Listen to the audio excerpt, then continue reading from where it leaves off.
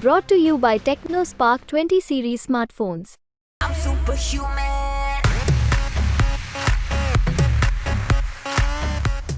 નમસ્કાર મિત્રો, આપણે ત્યાં કહેવત છે કે પહેલો ઘા રાણાનો, પહેલો ઘા પહેલી ચાલ કોણ ચાલશે? જૂનાગઢ લોકસભા બેઠકમાં પહેલો ઘા કેમ નથી કર્યો? પહેલી ચાલ હજુ સુધી કોઈ પક્ષે કેમ નથી ચાલી? શું જૂનાગઢ લોકસભા બેઠક હજુ પણ બંને પક્ષો માટે અસમંજસનો વિષય છે? શું જૂનાગઢ લોકસભા બેઠકમાં બંને પક્ષ એકબીજાની રાહ જોઈ રહ્યા છે? તું ઉમેદવાર ઉતાર તો હું ઉમેદવાર ઉતારું. કોંગ્રેસ ઉતારે તો ભાજપને ખબર પડે કે કોણ ઉતારવા છે. ભાજપ ઉતારે તો કોંગ્રેસને ખબર પડે કે કોને ઉતારવો છે. ભાજપ અને કોંગ્રેસ બંને એકબીજાની રાહ જોઈ રહી હોય તેવું લાગી રહ્યું છે. આ જ સિચ્યુએશન અમરેલી લોકસભા બેઠકની હતી. અમરેલીમાં કોંગ્રેસે ચાલ ચાલી લીધી છે, જેની બેઠુંમર મેદાને છે. પરંતુ જૂનાગઢથી કોણ? જૂનાગઢથી કોંગ્રેસમાંથી કોણ? જૂનાગઢથી ભાજપમાંથી કોણ? શું રાજેશ ચુડાસમા કપાઈ રહ્યા છે કે પછી રિપીટ થઈ રહ્યા છે? શું જૂનાગઢમાં પણ ભાવનગરની જેમ મહિલા ઉમેદવાર આવી શકે છે? શું જૂનાગઢમાં પણ અંતિમ ઘડીએ ખેલ બદલાશે? વાત કરીશું ઉમેદવારો પર, શક્યતાઓ ઉપર, ચર્ચા પર, મહિલા ઉમેદવાર પર. રાજેશ ચુડાસમાથી શરૂ કરીએ. રાજેશ ચુડાસમા જૂનાગઢ લોકસભા બેઠકમાં એક એવો કોળી ચહેરો ભારતીય જનતા પાર્ટી પાસે મળ્યો છે કે જે અતુલ ચગ આત્મહત્યા કેસ દૂર કરો તો ભારતીય જનતા પાર્ટી માટે સારામાં સારો ચહેરો. રાજેશ ચુડાસમાને ડોક્ટર અતુલ ચગ આત્મહત્યા કેસ ખૂબ જ નડી રહ્યો છે. સમાધાન થયું, પરંતુ એ વિવાદિત છાપ સાથે ફરી ઉમેદવાર બનાવવા કદાચ ભારતીય જનતા પાર્ટી નથી ઈચ્છતી. જો ઈચ્છતી હોત તો કદાચ પહેલી યાદીમાં જ રાજેશ ચુડાસમાનું નામ આવી ગયું હોત. આ હું નહીં, પરંતુ રાજકીય પંડિતો, વિશ્લેષકો કહી રહ્યા છે.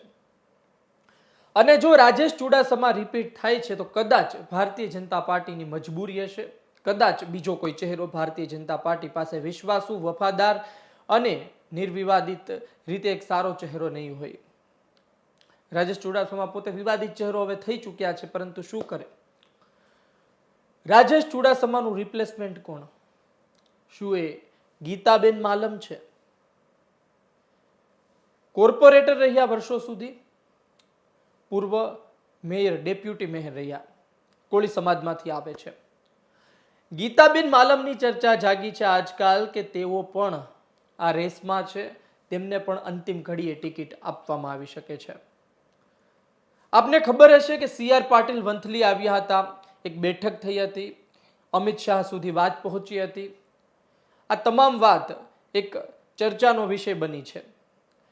ત્યારે સમાચાર તેવા આવ્યા હતા કે રાજેશ ચુડાસમા રિપીટ થાય છે, પરંતુ હવે સમાચાર બદલાઈ રહ્યા છે. રાજકારણ સંભાવનાનો વિષય છે. છેલ્લા દિવસે પણ નામ બદલાઈ જતા હોય છે. ભારતીય જનતા પાર્ટી હજુ જાહેર નામ નથી કર્યા. આ સંજોગોમાં મહિલા ચહેરો જૂનાગઢથી આવી શકે છે. કોંગ્રેસમાંથી કોણ આવશે?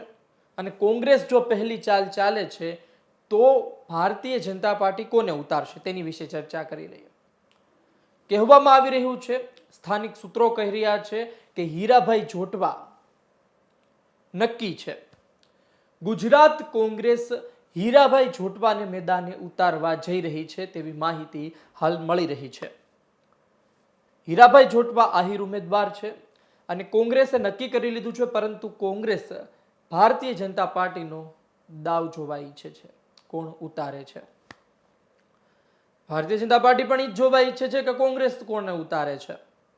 હવે હીરાભાઈ જોટવા, માની લઈએ કે કોંગ્રેસ પહેલી ચાલ ચાલે અને હીરાભાઈ જોટવા મેદાને ઉતરે છે, તો પછી ભારતીય જનતા પાર્ટી શું કરશે? શું ભારતીય જનતા પાર્ટી આહિર ઉમેદવાર ઉતારશે? શું ભારતીય જનતા પાર્ટી કોળી ઉમેદવાર જ રાખશે? આ સવાલ છે.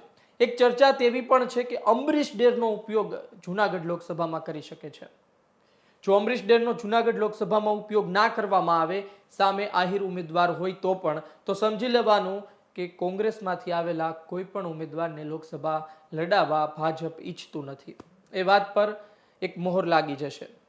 એ પછી પૂજાભાઈ વંશ હોય, એ પછી પરેશ ધાનાણીની ચર્ચા જે પહેલા જાગી હતી એ હોય, એ પછી નારણ રાઠવા હોય, એ પછી અર્જુન મોઢવાડિયા હોય, કે પછી આ તમામ સંજોગોમાં સુરેન્દ્રનગરની બેઠક હોય, ઋત્વિક મકવાણા હોય, ચોટીલામાં રાજ કર્યું એક સમયે. અમરીશ ડેરની શક્યતા હાલ જોવામાં આવી રહી છે. એક સમીકરણ છે, એ સમીકરણ મુજબ. પરંતુ એક વર્ગ તેવો પણ છે જે કહી રહ્યું છે કે સુરેન્દ્રનગર અને જુનાગઢ આ બંને બેઠક કોળી સમાજ પાસે જ રહેશે. આમાં કોઈ પણ જાતનો ફેરફાર નહીં થાય. બની શકે મહિલા ઉમેદવાર મૂકે, પરંતુ કોળી સમાજ પાસે જ આ બંને બેઠક રહેશે. કોંગ્રેસે તેની યાદી જાહેર કરી દીધી છે હમણાં જ તાજી. આ યાદીમાં 11 જેટલા ઉમેદવારો છે. તો બની શકે કે હજુ થોડા દિવસ કોંગ્રેસ રાહ જોવે, પરંતુ ભાજપ જો પહેલી ચાલ ચાલે તો કોને ઉતારી શકે? ભાજપ પોતાની પહેલી ચાલમાં મહિલા ઉમેદવાર ઉતારી શકે. ભાજપ પોતાની પહેલી ચાલમાં રાજેશ ચુડાસમાને કાપી શકે. તાજા સમાચાર મળ્યા છે કે રાજેશ ચુડાસમા વિરુદ્ધ જૂનાગઢમાં અંદર જ લોકો વિરોધ કરી રહ્યા છે. કહી રહ્યા છે કે બીજા કોઈ કોળી સમાજના ઉમેદવારને મૂકો, પરંતુ રાજેશ ચુડાસમા નહીં.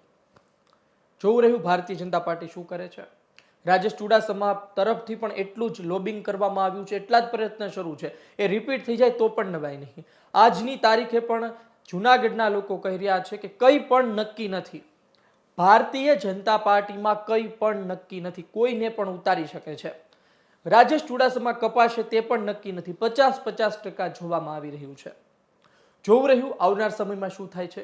રાજેશ ચુડાસમા કપાય છે કે નહીં? કોંગ્રેસથી હીરાભાઈ જોટવા આવે છે કે નહીં? અમરીશ ડેરને તક મળે છે કે નહીં? ગીતાબેન માલમ ભાજપનો ચહેરો બને છે કે નહીં?